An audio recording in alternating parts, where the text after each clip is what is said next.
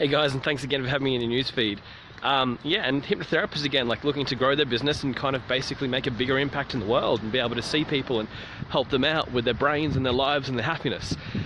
So this question of like, what is anger? I kind of love the question because I'm thinking about it, like say biologically, is that let's say 10,000 years ago, it was an excellent self-defense mechanism to keep you safe. And so like this like anger that's meant to keep you safe is that like if you find that you know that there's your tribe and it's under threat, then what you can do is like you can get angry and protect it. And that used to like really serve a purpose. So you can sort of wonder like, does anger have any use today, or is it just like a part of our brain that was meant for 10,000 years ago and no longer serves any purpose? Or perhaps it does have a purpose, or perhaps it doesn't today, or maybe its purpose has changed. And so like the way that I like to see it is that there is so much information going on today that anger in itself, which is just kind of an emotion, can attach to an interpretation of information in a way that's out of alignment with the situation. So that's like a big, massive sentence, but just to break it down a little bit, is that if you think about like how much information is available to us today that we can understand or misunderstand. So any two people that talk to each other, their ability to misinterpret each other is amazing today. It's like that somebody says, you know, I was talking to someone that basically they've gone, you know, like, you look a little bit sad today. Like, no, I'm not. So don't try to bring me down by telling me that I'm sad. The first person was actually trying to be nice. And the second one is basically going like, well, why are you trying to find faults with me? And so it's amazing that they're both actually trying to be good, but their messages are out of alignment with each other.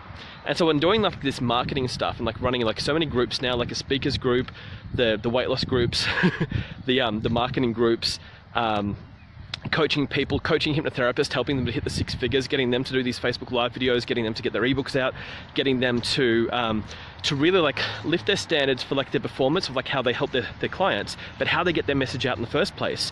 I found like a lot of people who put out like a video, they attract trolls, they attract people that are angry, they attract people who basically just get so mad as soon as you put out a message. Like I put out like one for an ebook that you can get called How to Crush Self-Sabotage. It's an amazing ebook. If you want it, say I'm in, because it's an awesome book. I put a lot of work into it and it explains a lot about the brain and why we do what we do.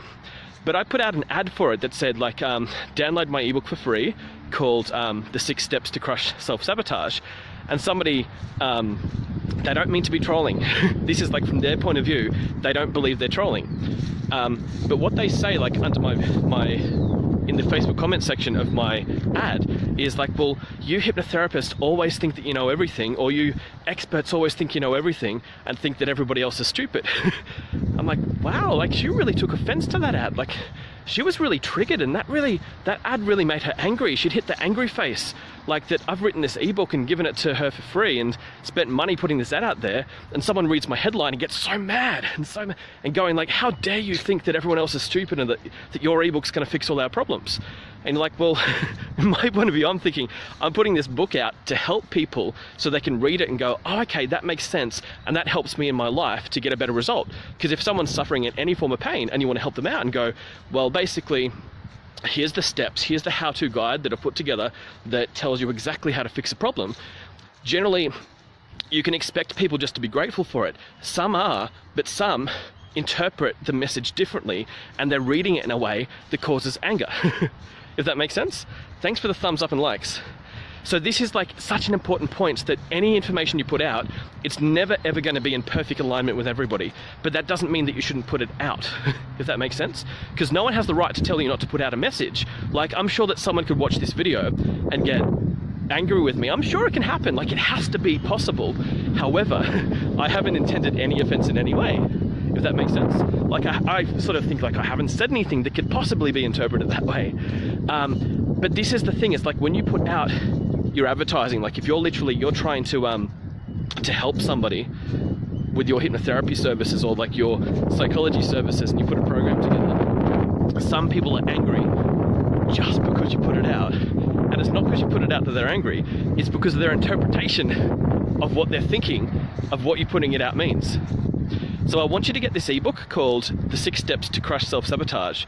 What we go into, again, like we were talking about the discovery steps and then the action steps, that basically when you call somebody out on a negative behavior, this is like a quick path, if it's done incorrectly, to make people angry, unless it's done with alignment and love.